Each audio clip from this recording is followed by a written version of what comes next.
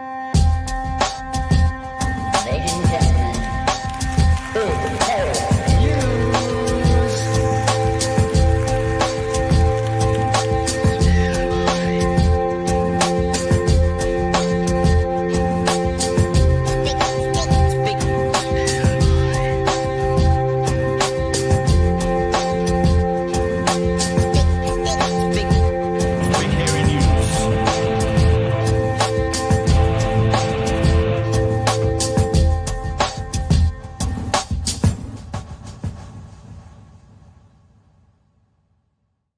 Hey, kia ora koutou e te whānau.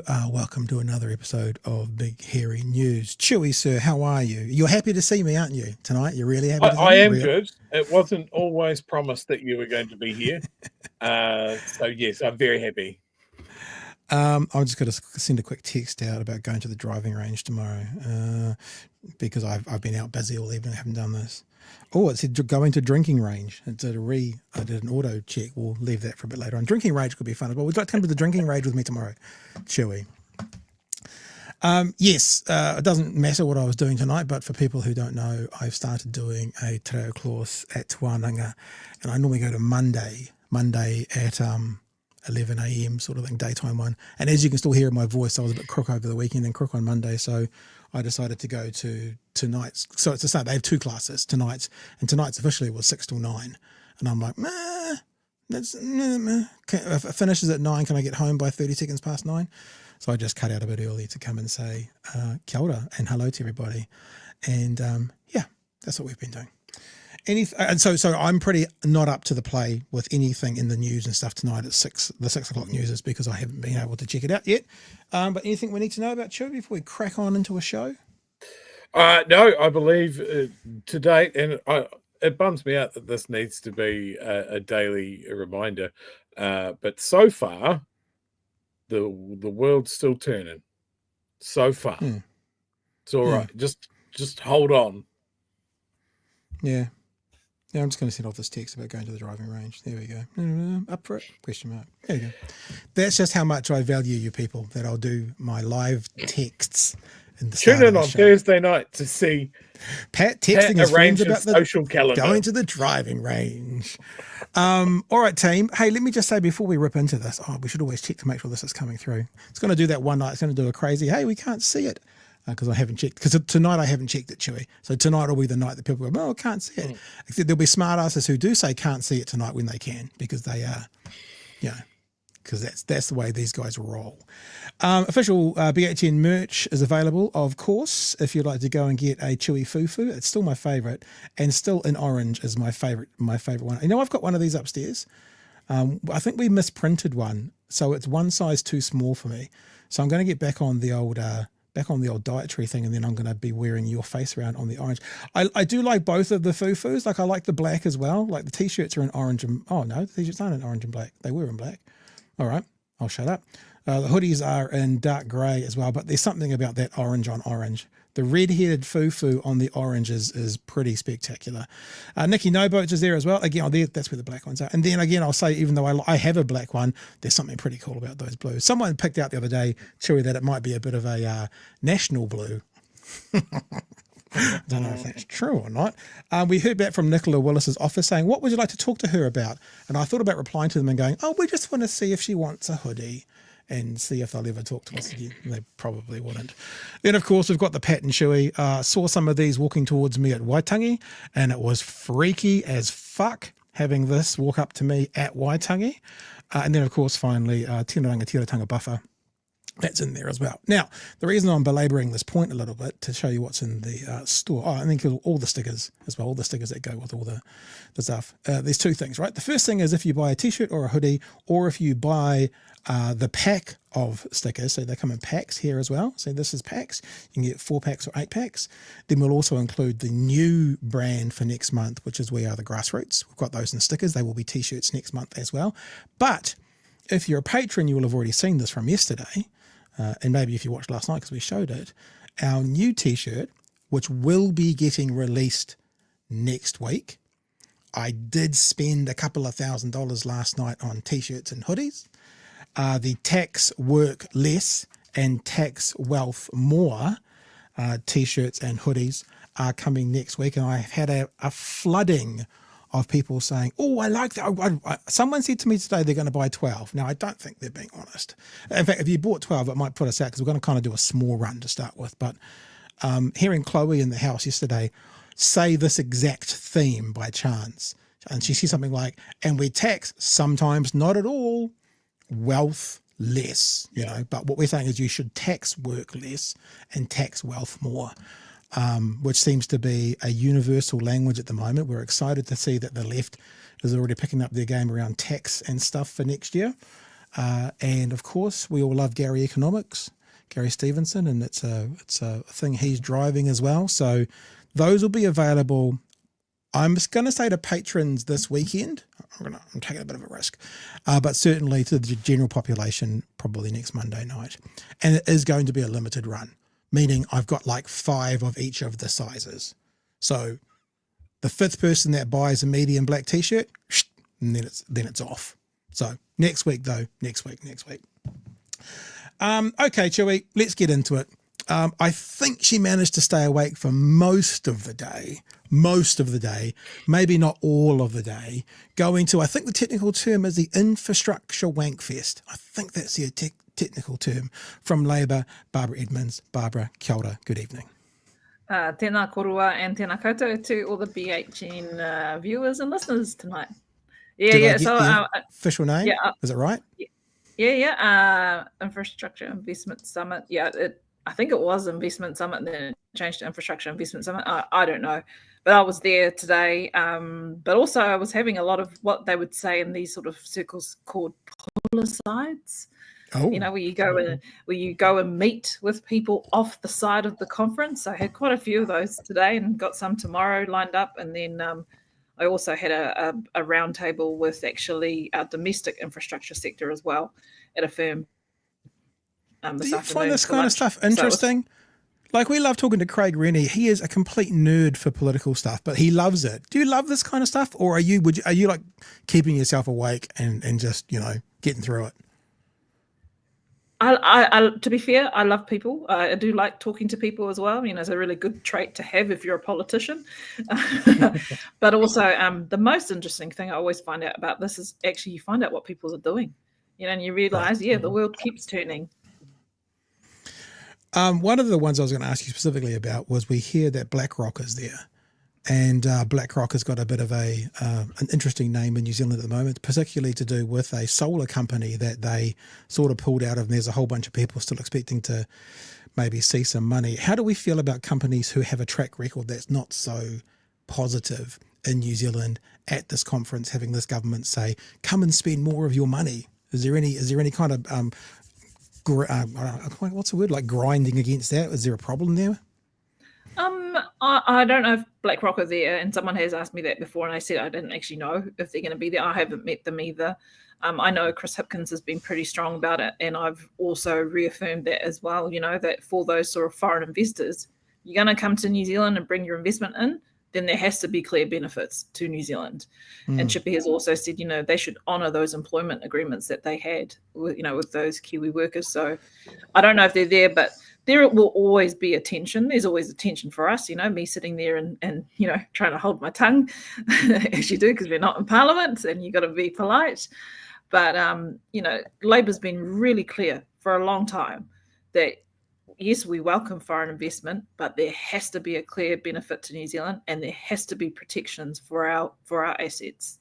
Because, Let's delve into that shortly. The first thing, though, is this idea of this conference. I mean, there are some on the left kind of pointing to Mr. Luxon saying New Zealand is open for business, meaning he's ready to privatise everything. But you're also saying, we're open to international investment. Where is there a juxtaposition there? How do we do this to benefit New Zealand and not like do another, what's it called, Chewie? The freeway just north of Wellington. I forget the name of it as I'm trying to speak Transmission Gully. Transmission Gully, because that wasn't the PPP that turned into the PPP nightmare.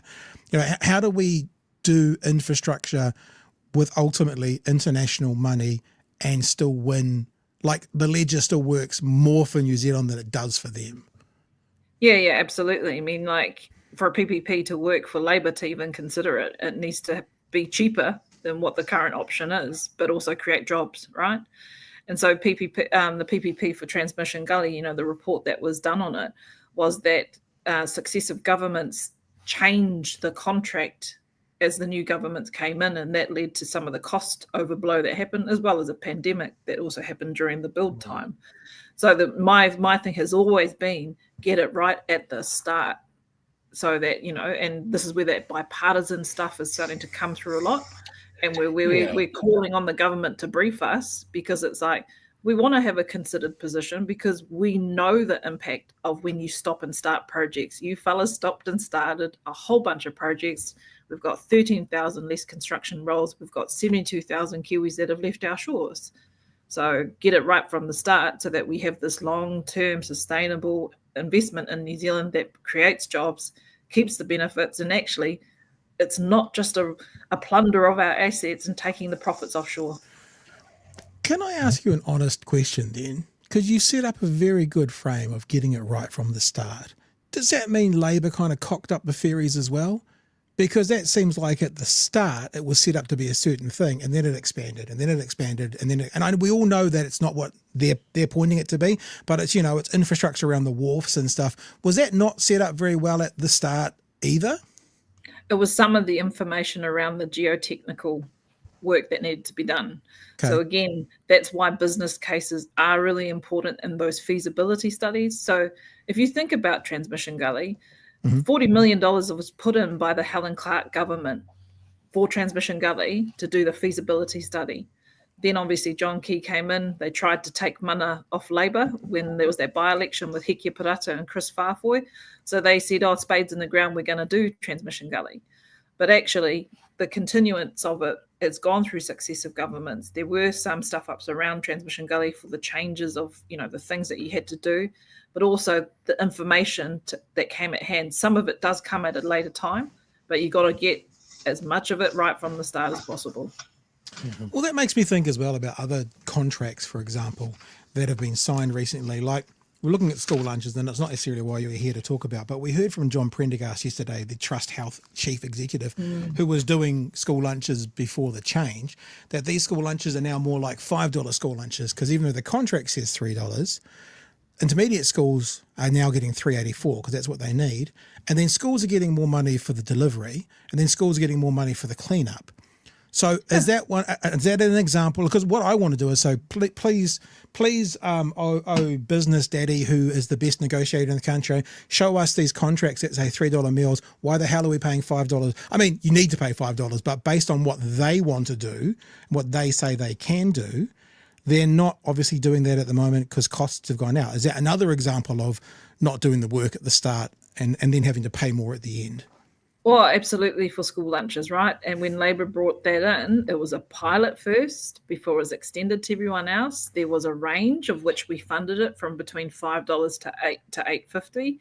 Yep. And then this government said, well, we're going to shave off $130 million, and because we've spoken to these people, we can get it for $3. But it was clear they didn't actually think about, okay, well, who's going to deliver the food? Who's going to distribute it within the schools? Because there was clear, that's why you have a pilot program. So it was a definite fail by this government for a government that claims they're going to deliver things better. Yeah, we heard from a principal they were paying between $1,500 and $2,000 a week. It was the week, Chewie, just to get people in the school in charge of delivering the meals around and taking care of it. So that's actually another, let's just split the middle and say $90,000 a year of costs that aren't on National's ledger. So yeah, we see all that. Chewie, you should come in here and ask some questions, and I'll shut up. Yes. Look, National have been talking a big game about getting this bipartisan infrastructure group going, and I've always found that a bit sus, because they seem to be, especially this time around, the ones with the axe over all of these infrastructure projects, and it is very much short-term savings versus long-term planning, I guess. So, I mean, you guys seem to be trying to build a bridge and go, hey, let's build some bridges in the future. How much do you think that they're going to stick to that? Bipartisanship has to come both ways. So announcing a project like they did today with Waikiria Prison and saying the build's going to be a PPP. Well, we came out with a PR in the last couple of hours saying we don't support that. We don't support PPPs for critical infrastructure, and prisons is one thing which we believe is a critical infrastructure. What's a critical infrastructure? It's a social infrastructure. It's something where the government has a duty of care towards people in their care. So whether that's children at a school, whether it's sick people in a hospital, whether they're prisoners, the government has a duty to care for them. And critical infrastructure, another one would be the ferries. It's critical because it's the State Highway 1 between the North and the South Islands. So we don't support PPPs for that at all. So that's not bipartisanship where you just announce something and then expect us to agree with it. You know, if they want us to have that considered view, they need to brief us on it. Yeah. And I guess my second question here especially dovetails into this infrastructure conference that Luxon's doing. I read a story a wee while ago that there was a big concern with infrastructure building and retaining the knowledge here in New Zealand. Really clear, like, this is not a new position for Labour. You're going to have to start all that again, Barbara, because you've turned into AI for some reason. We've lost you a little bit, the connection. Yeah, I was wondering if that was me or it was Barbara there. I think it's Barbara. We might have lost Barbara altogether then. We'll see if she can. There we go. We're back again. Looking. Yeah, I did notice sorry, whilst mate. we were doing. Yep. We're back again. Just start that last point because we lost you during it. Yeah, so I didn't hear what you said, Chewie. You totally broke out for me. Oh, okay. Yeah. No, you broke up for us as well. I was just saying about the infrastructure summit and asking for foreign money and experience to come here. There was an article, I think, towards the end of last year where it was mentioned that one of the problems with having these big PPPs and foreign investment coming in is that we don't retain the knowledge and the experience for these big projects. So we bring people in, we have Kiwis, perhaps, doing all the jobsmith work, and then everybody that's involved in planning them and doing all the engineering and all the big works fucks off overseas again. And we don't retain that knowledge, and we've just become a country that can't do those projects without having someone come in. What's your view on that? Yeah, no, absolutely. And that's why you need a certainty of pipeline of projects, so that you say to whether it's investors or to those sort of foreigners we have to bring in to help build that capability, you need to show them that there's a long pipeline, right? And that was the work that Grant Robertson had started, why he set up the Infrastructure Commission and why we had to do the legislation to say there has to be a 30-year plan. And to Bishop's credit, Minister Bishop's credit, you know, he's carrying that work on, right? And he's involving us, at least briefing us as that work progresses. But to the capability point, yeah, we have to grow our own. And the scrapping of the workforce development councils by the government, these workforce development councils are basically private sector, public sector, working out where are the holes in our skills, where's the gaps in our skills base. So do we need more sparkies? Do we need more plumbers? Do we need more engineers? And then directing a lot of the funding towards government skills and training towards those areas to build up that capability. Again, it sort of goes with that boom-bust cycle of construction, but this is where the government's responsibility is to smooth out that cycle. So have a long-term pipeline, identify the areas where we need to basically build our skill set up in, and then 3 is basically the government smoothing out when the private sector, because of high interest rates, is not building. The government has a role to step in and keep building. Is this an argument for something like Ministry of Works? Chewie's favourite. Well, that's kind of where and to be fair, that's kind of where the National Infrastructure Agency is working, right? Because actually we've gotten the difference with the Ministry of Works and what we have now is the Ministry of Works employed the people. But the National Infrastructure, we've now gone to a contracting phase where you contract that out. To make a huge structural change like that, to swing it back to a Ministry of Work, it actually, to be fair, it would take us years to get back to that capability. So, I mean, I'm really keen at looking looking how we can boost the National Infrastructure Agency, making sure, but it might be in the compromise that we still contract work out for those skills. One of my favourite memories of the Ministry of Works is as a very young fella, my dad had his car parked outside his office, and one of the Ministry of Works trucks crashed into it. And it appears, the only way I can describe it is they had so many accidents that they had a tear tab kind of leaflet that they'd just pull off and slide under the window and write on it basically that was what they were to leave if and when they had accidents with parked vehicles and other cars. So I thought that was kind of cool. That's the story I'd show you. We just hit that car, we just leave them that, and off we go. I believe that Wellington bus drivers still have a similar system. Barb, can we have a look at a story that came out today? Because you've been talking about PPPs, you've been talking about international money, international investment, that sort of thing. But there seems to be a little bit of scuttlebutt going around at the moment in some quarters that what this is saying is Labor is all about privatisation, and they've changed and they've basically gone Tory. Can you speak to that for the punters? So 2 words, hell no. We're not going to. And actually, the compromise on PPP, so the newsroom article had a different heading earlier today, and our team approached them and said, hey, we've got the transcript that's not accurate. When Barb was talking about private schools and private hospitals, she was talking about private schools and private hospitals, which we currently have in New Zealand. The long position that Labor has had on PPPs is that it has to be for the right asset, but not a hard no for social infrastructure. Hard no. Again, what I took you through before. But if you look at, for example, the City Rail link, Labor was considering a PPP for it. Obviously, things changed, but where it has to show clear benefits for a PPP. And remember, a PPP has got a really big upfront cost because it looks across the whole value, the life of the asset. So we've said, if you're going to do a PPP, it has to be for the right asset. We have to have benefits for New Zealand, and it has to be cheaper than the state doing it themselves. But it's a hard no for hospitals, schools, prisons, and critical infrastructure like the ferries. It's interesting though, because I always think, in fact, I think there's a study out of the UK. I don't have it to hand, maybe out of the US or the UK or Canada, talking about how much more effective they've actually found their public healthcare system is, and they've drawn a direct comparison to the profit margin. That as soon as you go private, and that would be the same in PPP for the private company, is there's a section of that money they're spending which is not going on infrastructure, because they're a business and they make profit and they need to make profit. Whereas if it's all public, then that can just be, no profit needed. It just goes right to the line.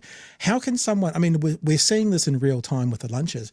How could a big international company do something cheaper, including that profit margin, than we can do publicly here in New Zealand? How's it even possible?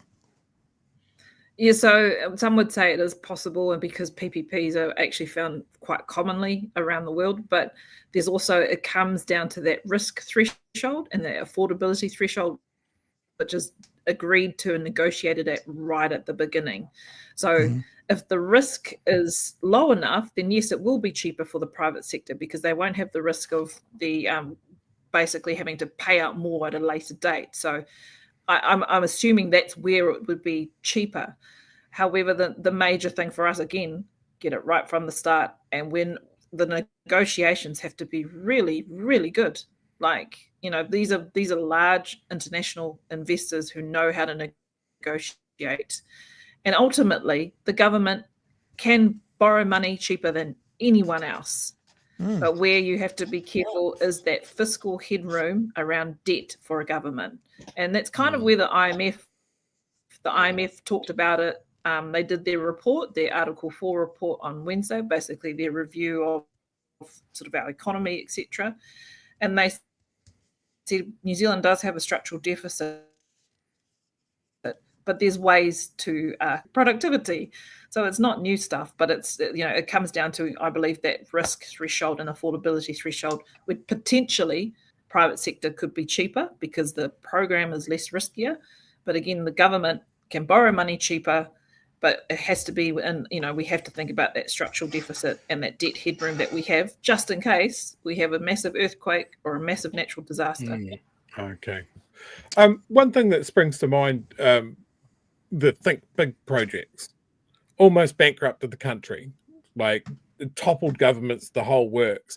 But then in hindsight, we look back and we go, Jesus, thank God we went on a binge of building hydro dams and Marsden Point and all of that sort of stuff, infrastructure that had decades and decades and decades of runtime.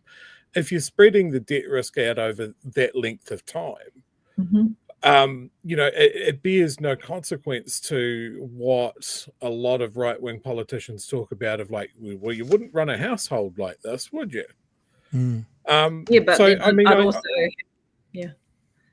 It's the same thing. You're absolutely right. You're looking across the life of the asset, and when you buy a house, unless you're willing to do it as a property speculator and buy and sell within 2 years, or you're the prime minister and you change the law from 5 to 2 years and you can sell stuff off, you're looking at holding onto it for as long as you can. So you have to think about the life of the asset, and also it requires repairs and maintenance for that life of the asset. So it is, you're right, it's looking across how big it is, but again, politics is so short term, in the sense that we have 3 years, and it becomes such an easy political tool to say, well, that's too expensive. But it's like, just like the housing build, they talked a lot about the debt for Kāinga Ora. They didn't talk about the value of the asset. Yeah, $25 billion worth of houses for $10 billion worth of debt seems like a pretty good deal to me. Yeah, really good deal. And the economic benefits from housing people who need housing. So yeah. Hey, Barbara, I was going to say, talking before about that gap of profit, I was just going to wrap that up before Chewie so rudely interrupted me with a good question about, we've got an example at the moment, which is Compass. And for us, we've been saying for a long time, these $3 lunches aren't $3 lunches because you got your profit margin in that. So they're actually $1 lunches, and we found out subsequently they are $3 lunches, and then the taxpayer. So they've done the literal definition of privatizing the profits and socializing the losses. They've got the government to give money to schools for doing the other two things. So when you say it can happen and it can be cheaper, I guess many of us are nervous about that because the latest example, Compass, they can't. They say they can and they can't. And that's where politicians have to be upfront. Right, when they say, it's $3 for the lunch, but that doesn't include all the labour for it and the logistics of it. And that's why schools who were really running successful lunch programs, that's what they were basically saying to the government is, how are you getting these lunches for $3 when it costs us $7 because we hire 3 local mums to be able to do the work? So, that's politics. They clearly wanted to settlements to make sure that they could pay for everything else. Hey, on Monday night, we'll ask Uncle Chippy to give you a decent fucking internet line. I think all MPs should get it through government coffers so we don't get this buzzing in the future again. But I'm working off. It's fine. I'm working off, and then we don't. I'm working off my phone. That's off my hotspot. There you go. Yeah. Hey, just before you go, then a few questions from the punters. You okay with that? Go for it. You're going to say yes. JC in the Pigeon Cap says, hi, Barbara, what if we taxed unproductive capital gains? Would that help encourage local capital into productive projects so we had less reliance on the offshore billionaires for our infrastructure? It does, but it also means that we can reduce that structural deficit if we have revenue coming in at a later date, right? So absolutely, I mean, to be really simple, it does reduce reliance by reducing the amount of reliance, but it also helps us with the structural deficit that we currently have in New Zealand. Second question, and nobody from the Labour Party watches us, so you can answer this honestly from your own personal view. CGT, yes or no, Barbara? Where are you? I don't care what Kiwi says. Where is Labour at? I don't care. Where are you at on this personally on CGT? No one will see it. You can give us your honest held belief. So, I'm a Labour Party person, whether anyone's watching it or not. So I'm a Sure you team are. player. We are working on it and we will make announcements. Jeez, answered like a pure See, politician. I'm solid, man. I'm a team player. There's a couple more in here. Junk Rig Sailor says it is obvious Luxon and Willis want to try and set up New Zealand like Ireland. So the next thing you're going to hear is proposing to drastically cut company tax rates. Do you agree with Junk Rig Sailor on that? Yeah, that's what I'm hearing as well, is a potential drop in the corporate tax rate. So Ireland has a 15% tax rate, but also the reason why Ireland is so productive, where they're located in the world, so they have that geographical advantage. They get Eurozone subsidies, and if you want us to be like Ireland, then that means an increase in personal tax rates, a capital gains tax, and an inheritance tax. So, if they want us to be like Ireland and drop the corporate tax rate, well, they can do all the other stuff that the Irish do. And mandatory red hair dye for everybody. That would be the other thing to make us more like Ireland. Kahurangi, I think it's Kahunu. Let me get this right. Kahunu. New. I'm working on it, literally. What is Barbara's view on the new procurement? See, I can't even speak English. Procurement rules. Yeah, English is my second language, so it's procurement. I still can't say they it. suck. School!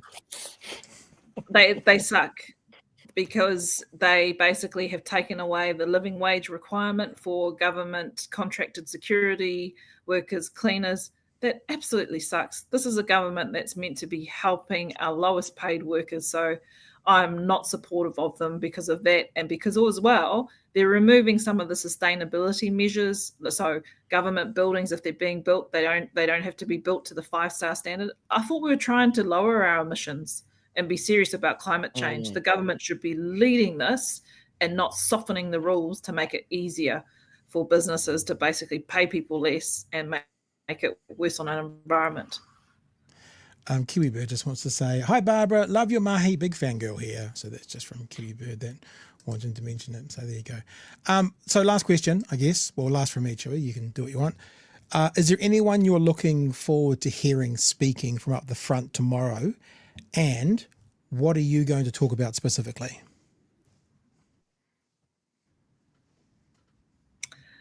So there's Shane Jones tomorrow. The iwi one was good. The iwi one today was really good. I think Bishop's speaking tomorrow.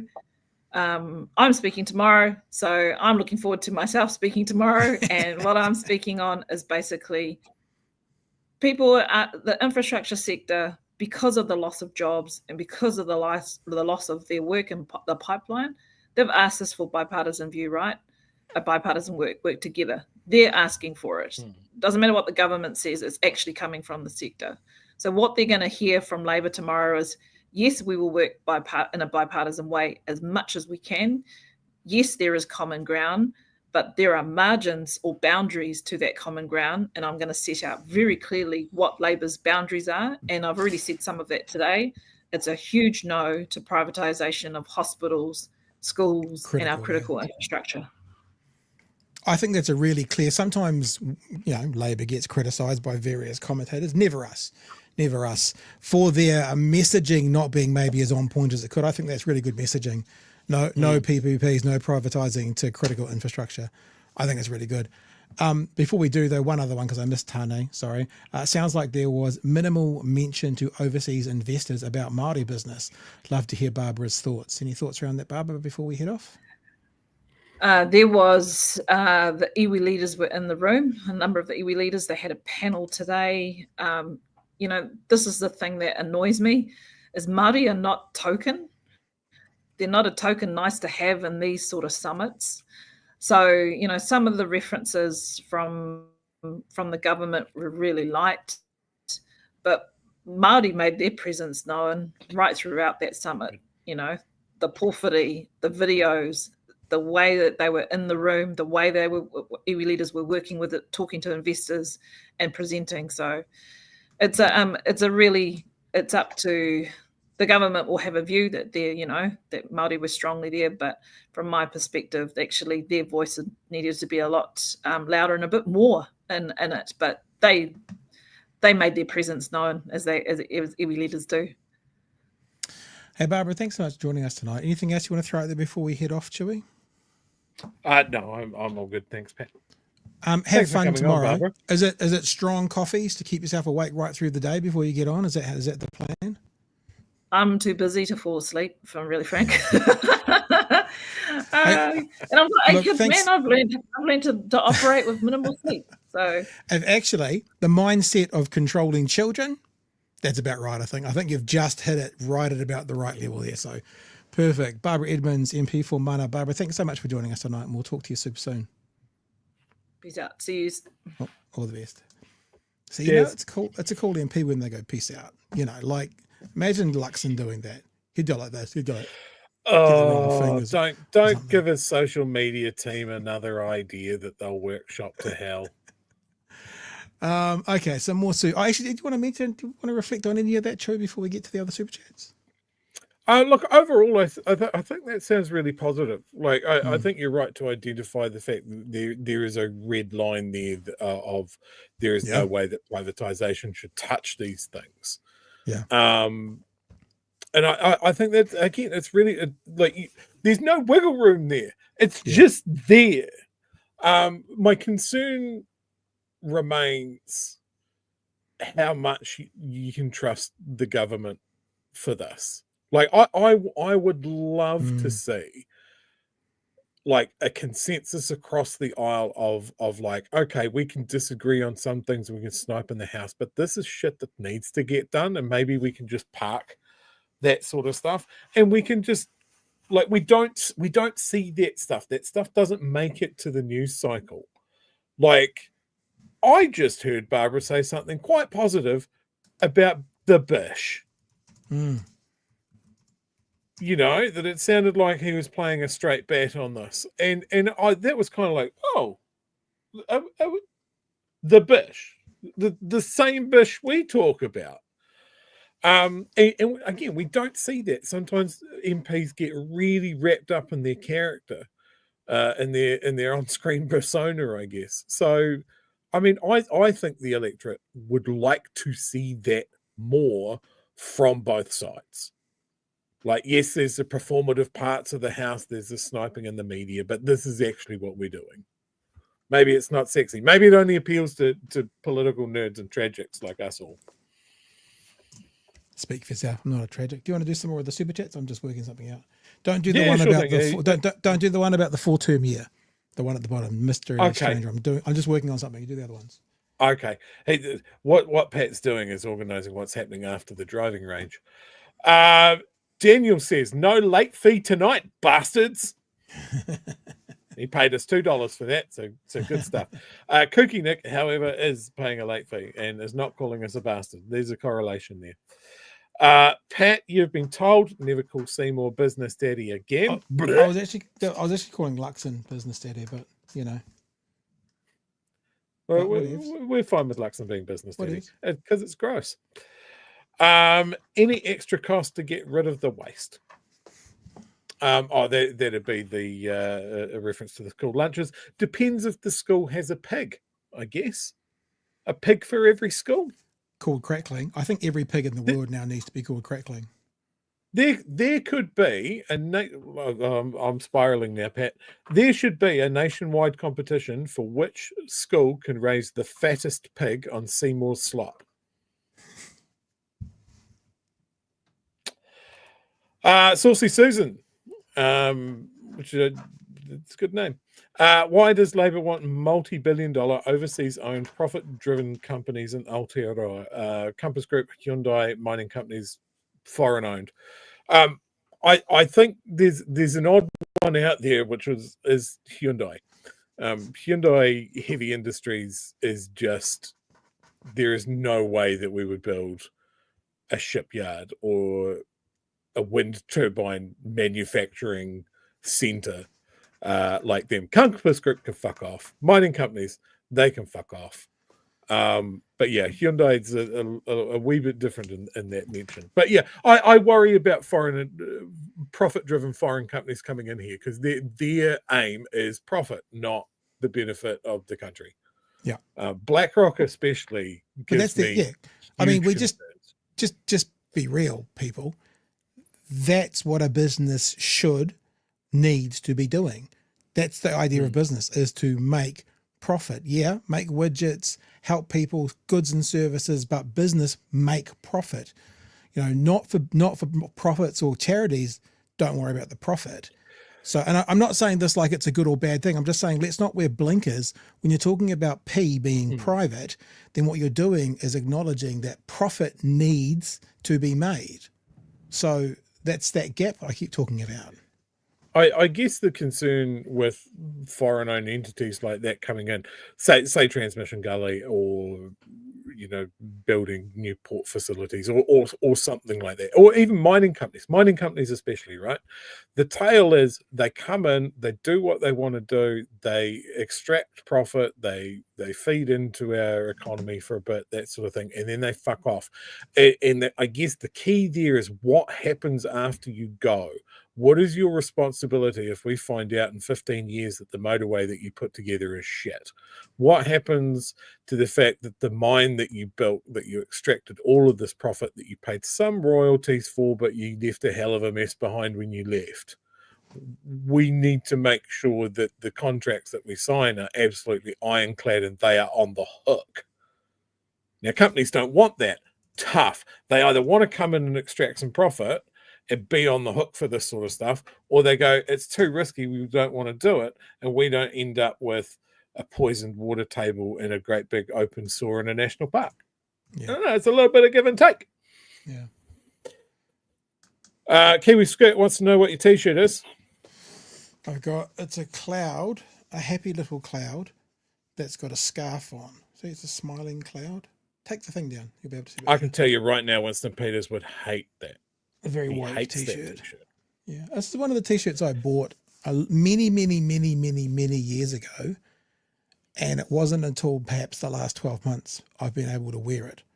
Because when you order off Threadless or something like that, you just trust their sizings, and it was way too small for me, and I've only just been able to wear it in the last kind of 12 to 18 months, and I really like it. So it's kind of like it's almost like a vintage. It's like 10 years, but a vintage t-shirt that I bought that I'm now wearing. I like it.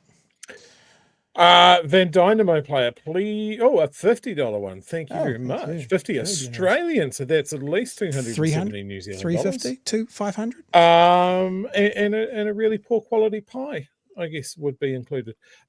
Please consider one night using ChatGPT deep research button. Ask which party in New Zealand would benefit most Kiwis in government. Be specific. In government, not realistic. Get it. Choose evidence-based. Use GPT-4 model after you get the tables. Won't let me send a link of example. It won't let me send a link of an example. Cool. It depends on your attitude towards using ChatGPT, but yeah. Had someone else contact us today saying that last night Olivier Dutel was pretty down on AI, and they've offered to come on and kind of feel like the other position of what AI could be as well, which we may do. So do Tane, and then we'll finish with mystery. I'm putting Tane up. You're right. Cool. Yep. Barbara's response was awesome. Nah, mihi. Thank you, Tane. And finally, I'll tell you why I did this. Mystery Stranger, instead of this is a really interesting idea. I actually quite like it. And sort of a 4-year term, would electing more than 120 MPs help get more work done per term? I mean, technically, that makes sense. If you've got 10 people painting your house and you put 20 people on, well, you either paint more houses or the house gets painted more quickly. I like it. The reason I went off and did some work is that I know what a certain sector of society would say. What? Back to 99, 120 MPs is too many. We need 99. It used to be one of my favorite topics on ZB because I've researched this, which I just did then just to make sure, is we have fewer MPs today per capita than we've ever had because of the population. That's a really good point. Like, I saw that question pop up and I was like, honestly, I don't know. There hasn't been really a discussion about that. So here you go. I've got the numbers for you. 1993 was the last time that we had 99 MPs. We had 3.6 million people. That's one MP for every 36,000-ish people. Now, with our 123 out of 5.2 million, that's one MP for every 43,000 people. So we've got fewer MPs per capita. One thing I've never done, which I'm going to do right now, what if we take today's population, 5223000, and we divide it by 36,000? So that'd be the same per capita as 1993. So divided by 36, boom, boom, boom. And the answer is 145. So we could be a country with 150 MPs, and that would put us, 145, proportionally by population as to how many we had in 1993. I don't hate that idea, Mystery Stranger. Don't hate that idea. People would get big mad. Well, I know. Like, it makes sense, but people would get big mad. Yeah, but I know because, there's a certain sector that just goes, too many MPs, too many of this. We used to only have 99. And I would always say, but that was actually more. 99's more than 120. What? You idiot. Can you count? I'm like, well, no, it's more per capita. So in other words, each MP was only servicing 36,000 people back then. Now they're servicing 43,000. So do it the other way. If you take the 3.597 million, 3.597, boom, boom, boom. If you do the other way, divide that by 43,165, it would have been the equivalent back then of having 83 MPs when they had 99. So I think it's really easy. I can fund this, Pat. I know how to solve this. Nationalise something? We take away their accommodation supplement and we put them in my streaming accommodation commie block that they're all going to live in. We could sell tickets to watching the communal areas. It'd be great. I knew as soon as I said servicing people, someone would pick up on that like a ram in amongst the sheep. That's right. You get a knock on the door. There's an ACT MP for your area knocking on your door, asking if you need your pipes cleaned. Anyone but. Okay, what else are we talking about today? Oh, that's right. Let's do our school lunches, because I've just come across a story that I haven't even looked at yet, which I'm intrigued by. But this has just changed because you brought this to my attention yesterday. Is Kieran McAnulty has got himself in the fray over this. I'm a bit concerned. Lunches. I'm a bit concerned that he's doing the whole, Christopher Luxon walking slowly down the halls of power. But it's only 42 seconds. Let's have a listen to what Mr. McAnulty is saying about school lunches. Oh, where's my mouse? There it is. The national government have stuffed up school lunches. They're either not turning up, or they're late, or there's plastic in them, or they're burnt, and in one case it even exploded onto a child. The government just needs to admit that they have made a mistake, that they've stuffed up, and give it back to local providers. The company that's just gone into liquidation is the company that did our local lunches in Wairarapa. Just give it back to Trust House. They delivered fresh, healthy lunches on time, made by local people, the money coming back into our local community. It was working great. Just give it back to them. It's hard to argue, eh? I mean, with what we're seeing right now, it's hard to argue. And the reason I said let's do this is because I thought, actually, we'll just stop that, make sure it doesn't start up again. I saw this story coming up just on Stuff, so that's TV3.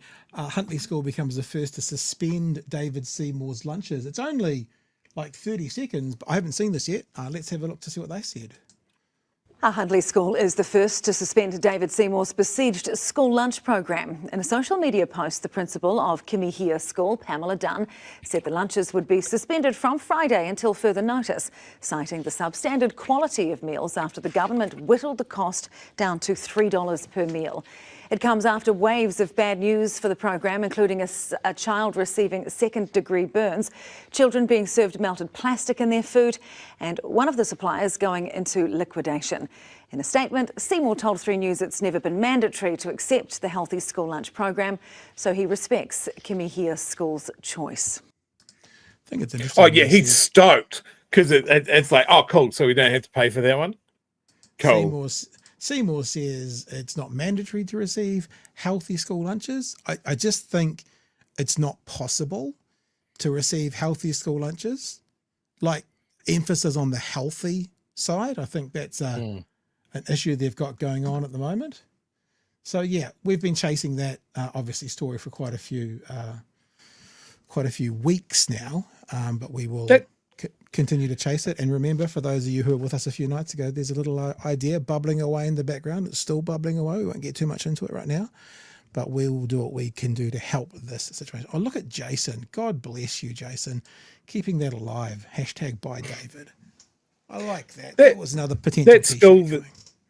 That school that said, nah, thanks. They should still get the funding. Totally. That's a very good funding. Point. Yep. Yeah. We do don't it want you to themselves. organise the lunches, but give us the money. We're gonna sort something out locally. Yeah. All right. We've got old man Winnie. Old man Winnie.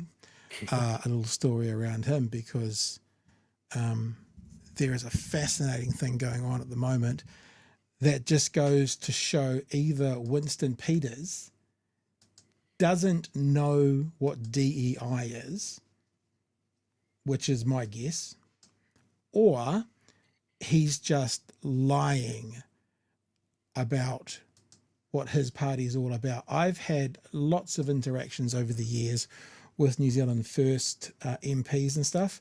I've already told a story once this week about one MP not even knowing what their charter said. We'll get to that shortly.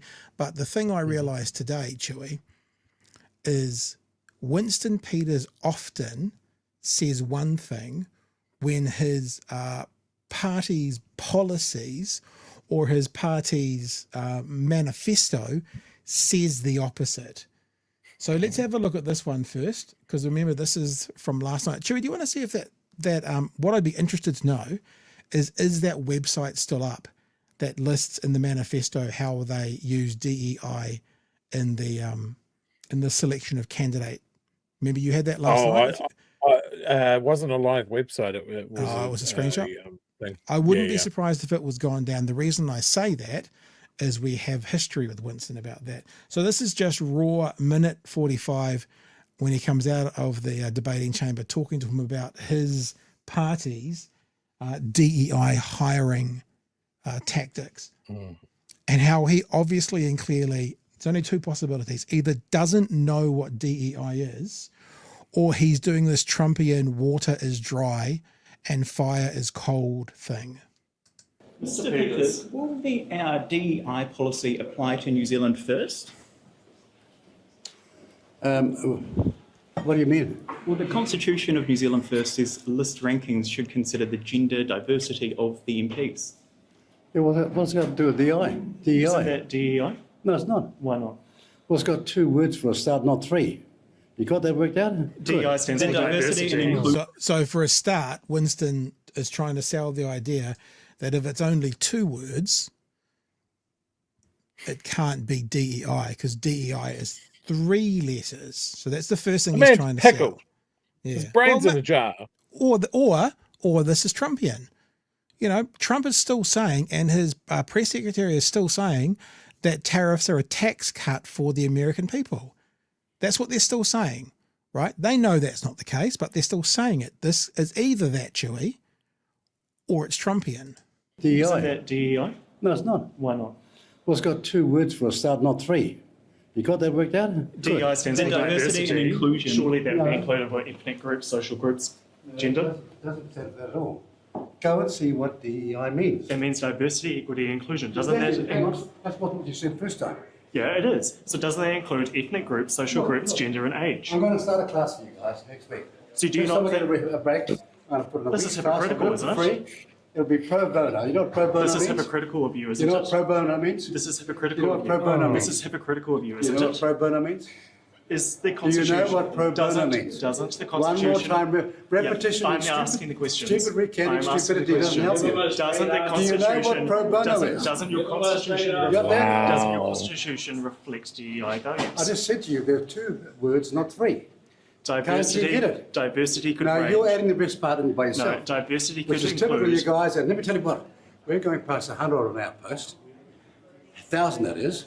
You guys can't even get to 100. Now, if you look at the Greens constitution, it covers the...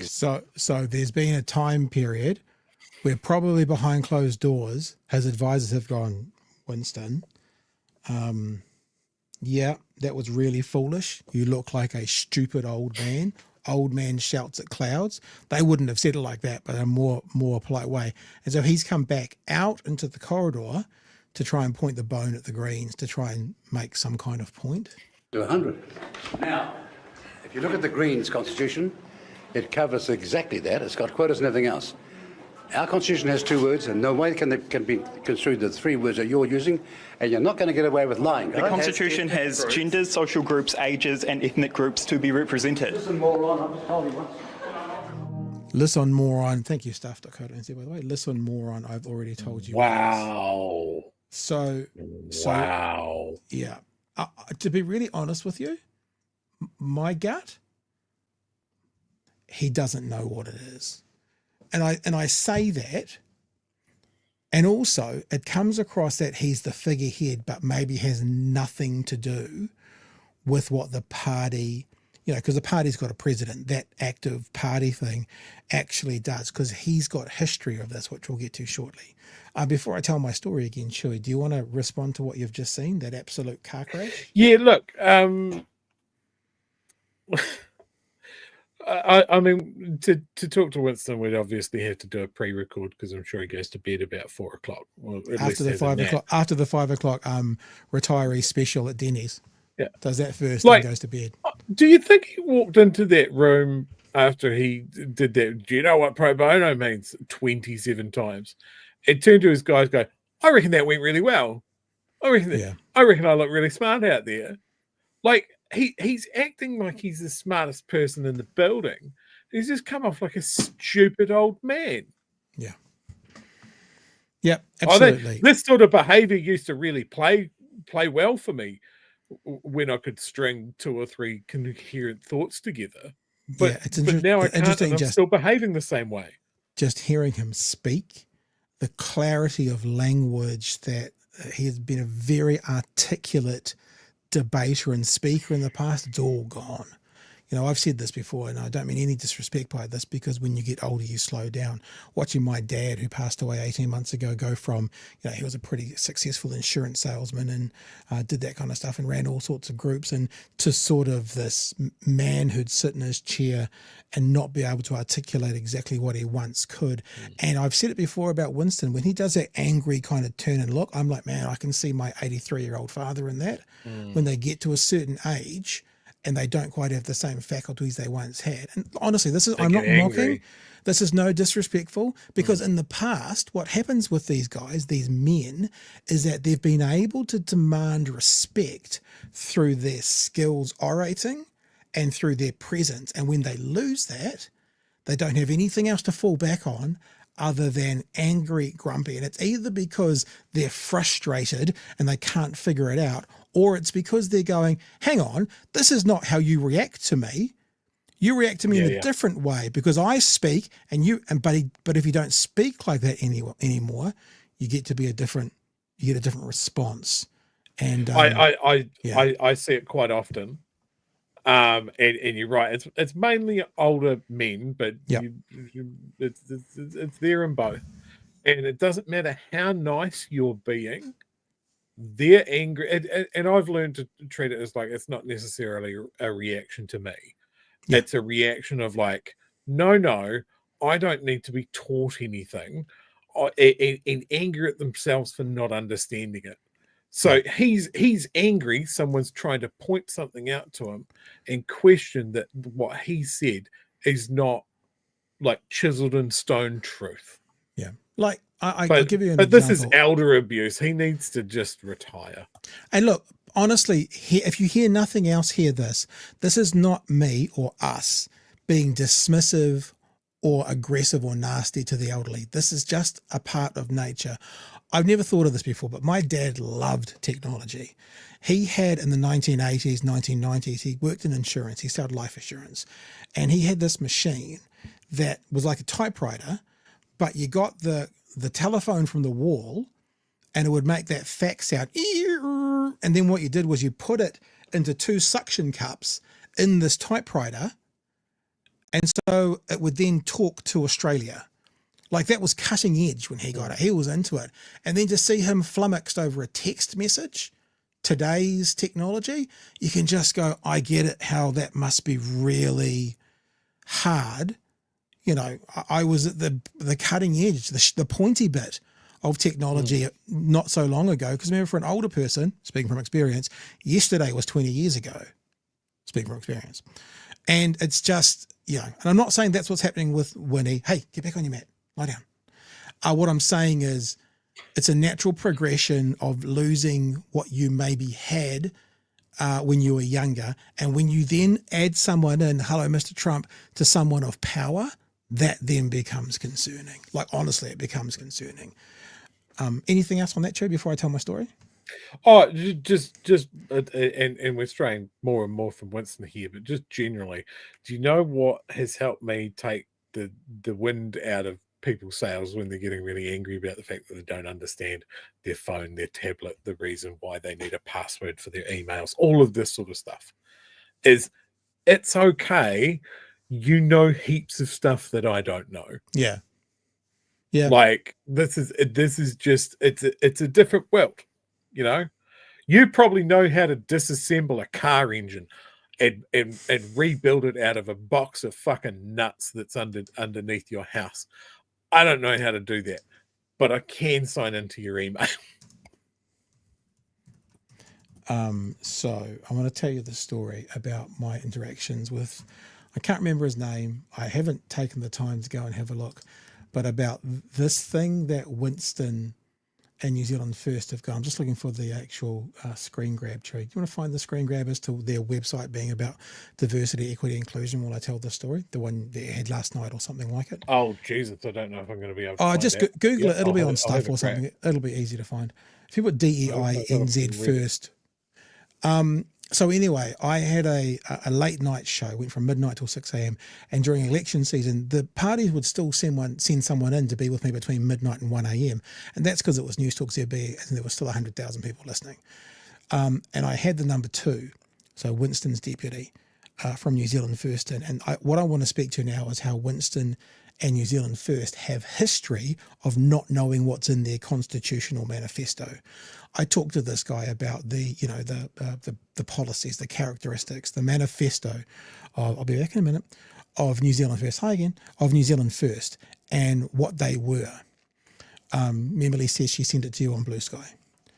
And so I was being a bit cheeky and I knew I was going to embarrass him. And I was like, what's the in the manifesto, what's the seventh most important thing that New Zealand First holds on to? And he couldn't do it. Oh, fair. What's the fifth? And he couldn't do it. Okay. What's the third? And he couldn't do it. And I said to him, Mr. Such and Such, what is the number one, whatever you call it, rule, whatever it is, characteristic in the manifesto of New Zealand First that says about who New Zealand First are? What's number one? And he couldn't tell me. And I said this the other night, Chewie, the number one thing was to make New Zealand first. He didn't know it. He didn't know the writings. There was a separation between the party, the actual party, and the party, the MPs and stuff. You found it, Joey? No. Okay. So we'll come back to that. But so Winston's embarrassed at the moment, being embarrassed because he doesn't know what's on his website. He doesn't know that on his website, when it talks about candidate listing, lists, what it involves language that is diversity, equity, and inclusion. But he has a history of this. Now, I spent an hour looking for this today, and I'm glad I found it. And the reason it was so hard to find, Chewie, is this is the time frame where TVNZ got us kicked off YouTube. So this is not on YouTube. But in one of the debates, Winston Peters goes off his nut at Jack Tame about, what do you mean? We're not for GST off fruit and veggies.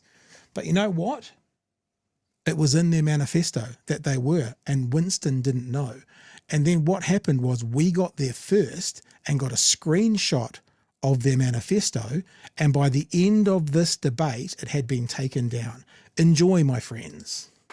Anyone here think that Labor's plan to remove the GST off fruit and vegetables and pass on the savings is credible? Winston Peters, isn't that also your policy? No, it's not in the manifesto. Check it out.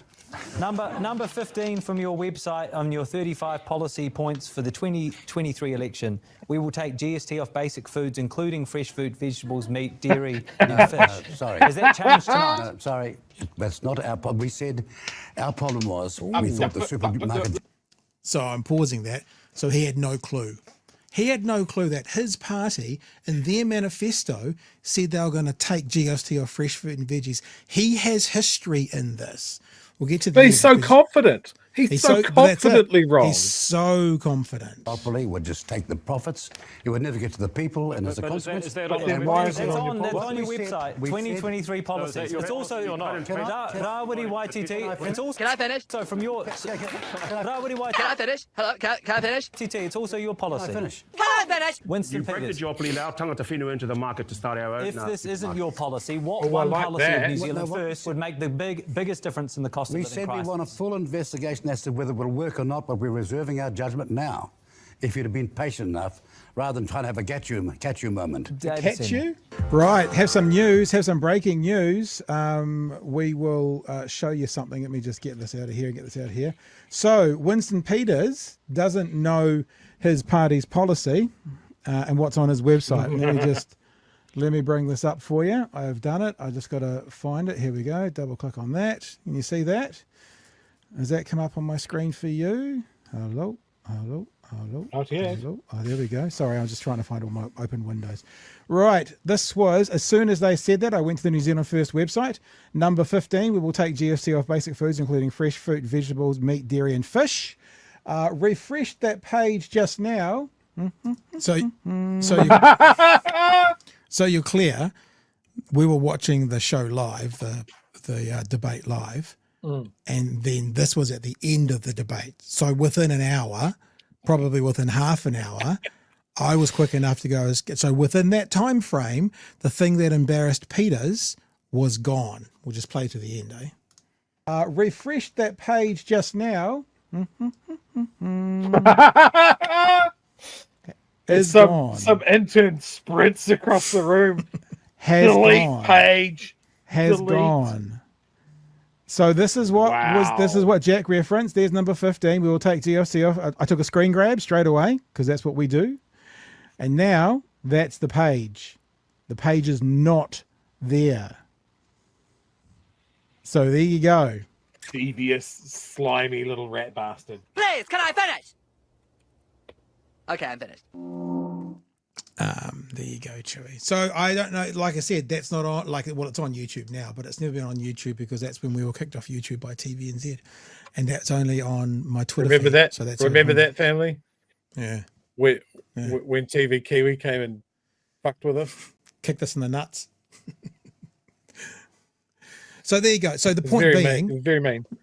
Winston has history of this, not having a clue what's in the manifesto or what's in the charter for New Zealand First. New Zealand First MPs have history of not understanding or knowing what their party has written in their manifesto. And this is just the latest iteration of that, Chewie. Classic sort of stuff. It's a danger of being a populist, isn't it? That when a policy is popular, you just pop it in because that's what you're all about. And then popularity can change the party that you're trying to cozy up to because they seem like they might win this one, might not like that policy. It might be embarrassing. And that's what happens when you go for populism over, I don't know, integrity, pragmaticness. Yep. Your convictions, having a spine, all of that sort of stuff. Yeah. All right. Have you got something you want to share there, or are you done from your end? I can just. I actually did find the Constitution there. Go on. Highlighted at the bottom there. The need for different genders, social groups, ages, and ethnic groups to be represented. The literal definition of what DEI is. Mm. So but no. It's got 2 words, not 3. What? What are you talking about? I would love one of these reporters. I know they probably won't because professionalism, but I'd just love someone to just ask him in that tone, what are you even talking about, old man? Yeah. We would play Yeah. that on a loop. Do you think he's going to come on one night and talk to us now? We made a decision very early on, Whānau, if you haven't figured this out already. If we were going to pander to a group, it would be to the people watching and hanging out with us and not the politicians. So we'll pander to you guys and they can go get stuffed. So that's what we've continued to do. And look, that shows in our guests, right? But there's one thing. We have people call us out because we're left-leaning and that sort of thing. But we have been... Have we confirmed that? Critical. We have been critical of Labour. Very critical. Hey, but tonight, they come on. Tonight we asked Barbara Edmonds how much of this ferries balls up does Labour own. We don't shy away from it. You know, it's like, okay, if you say it's about the setup, well, Labour was there at the start. Did you guys cock up the setup? It's a fair question. We'll ask it. But I love it. Seymour won't come on. Asked multiple times. Happy to go on a platform and talk to New Zealand's worst people. Do it in a drop of a hat from his car in the car park. Won't talk to us. Luxon, he won't talk to anyone because he's bad at it. We can't talk to Brooke Van Velden because nobody knows where she is anymore. Yeah, I think isn't she up the Himalayas? Maybe. I don't know. I wouldn't be surprised if she's charging somewhere. Like the end of the day, they just put her in a cabinet and shut the door.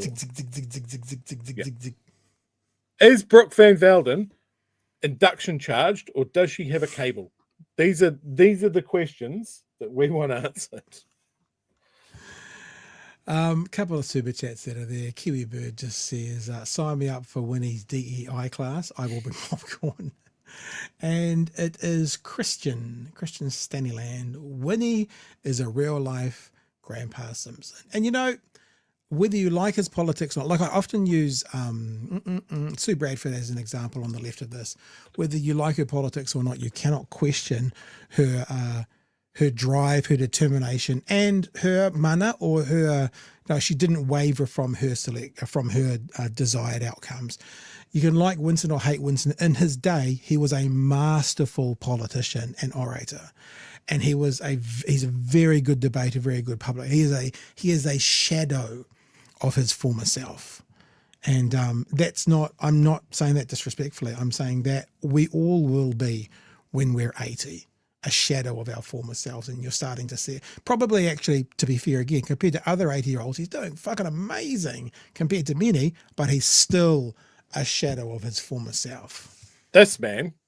Can't see anything. This man carrying this haircut around. He looks the same. Look at that. This was taken on the first camera, Pat. I was going to say that was him in intermediate school, I think, wasn't it? This is before they invented colour. Yeah. No, this is intermediate. It's our picture day. Oh, Rex says that the hair's a bit woke. So yeah. I like that it's curled. Like someone's put some effort into that, but he still looks like he's made out of aged tobacco leather. Yeah. All right. And just because I saw. Shall I put Winston away now? Yeah, put him back in his box. Gone. And there we go. It's because I like it. I think it's funny. It makes me laugh every time.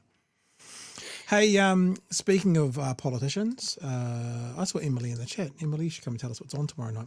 But of course, Em's not there tomorrow night, isn't she? She's off for the night. Tomorrow night is Bright Hairy News from 9 p.m. And of course, Monday evening, Uncle Chippy will be joining us live at 9 p.m. Now, we will put a caveat there. You know, if there is some massive issue in New Zealand and something goes down, obviously politicians are always at the ability to pull out, but at the moment it's been set up for a week. He's keen to come on. He's going to talk to us. It could be because the National Party caucus all get fatal diarrhea, and there has to be a changeover in government. That could happen. That could happen. Probably won't, but it's possible. It's a possibility. I don't know what the over-under would be, but there is a possibility. We're going to make sure that we talk to him about getting Barb some decent internet, because that's a problem in life. You know what? I think every MP, have I got them with me? Oh, they're over there. There's a Rode USB mic, Rode being a company, It's about $250. You plug it into your laptop. It sounds like you're in the studio. I think every MP should just have one of those, right? Mm-hmm. The amount of times they're doing interviews and stuff from home, you know, if it's not on the phone, you literally plug it in and it sounds like you're in the studio. Oh, there's for Chippy. Someone remind me in the chat on Monday to tell Chippy they should do a bulk order of Rode mics. $250 each. We'll do a job lot, get them for 200 each. I'll clip the ticket on the way through if you want me to organise it, Chippy. And I just think it would make sense. I think everyone who does this kind of stuff on a regular basis should have one. It's not that difficult. Oh, that was third form. The other one was intermediate, and that was third form, that one there. I think that actually goes back older than this. I think this is the invention of the manila folder. Can you, if someone possible, decided putting bits of paper between slightly thicker bits of paper. As we're looking at it, over his right shoulder, is that someone with a camera lens there looking back towards us? Can you zoom in? Is that like a 1960s? Can I enhance? Yeah, enhance. Enhance. There we go. Other way. Oh. What do you mean other way? What do you do? Other shoulder. Oh, it's gone. Hang on. Oh, there we go. And again, and again. Enhance. Enhance. That's actually that's not bad enhancement. Look at that. How that's going to be. Like, I reckon that's trust me. 80s.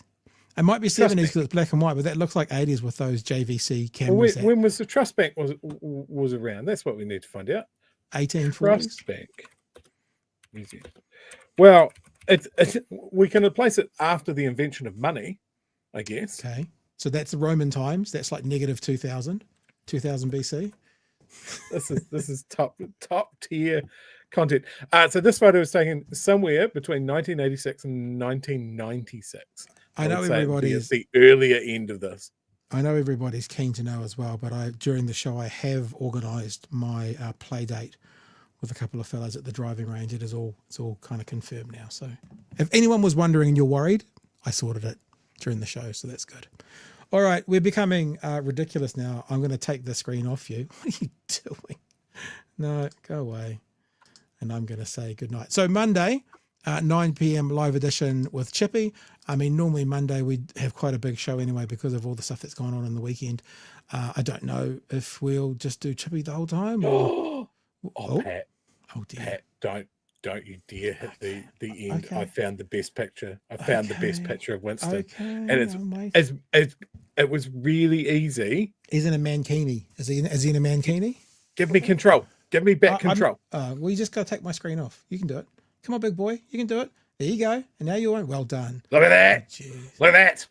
That needs to be a tattoo on someone. That's so good. You know he's giving the stink eye to some female in the press gallery. Female reporter. Yeah. In the gallery. Yeah. My search term for that was worst Winston Peters picture. And that came up. Excellent. All right, guys. We'll catch you Monday night. Hang out tomorrow night with the kids on Bright Hairy News. Have a safe weekend. And if you're watching, boys, we'll see you at the driving range tomorrow.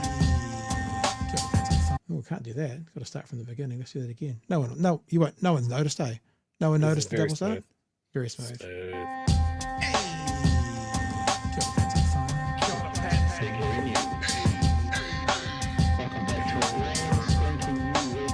Help us settle a debate, whether it be thoughtful or funny, even if we're all creatures of hate. It's a fine line that we're walking together. For better, push aside the temptation to berate. Let's take a note of the corners we stand in. As many points as the hairs on my chinny chin chin. When the news that we're watching is hairy, knowing all the things that we need to be wary of. Like the rich have the handout for rewards, while the many have to work at what they can't afford. And the rest of us ain't paying attention, or maybe have questions we're too worried to mention. Other media is still dwelling on trivial facts, vetting peas from the rice and the mice from the rats, and picking and choosing a war puff to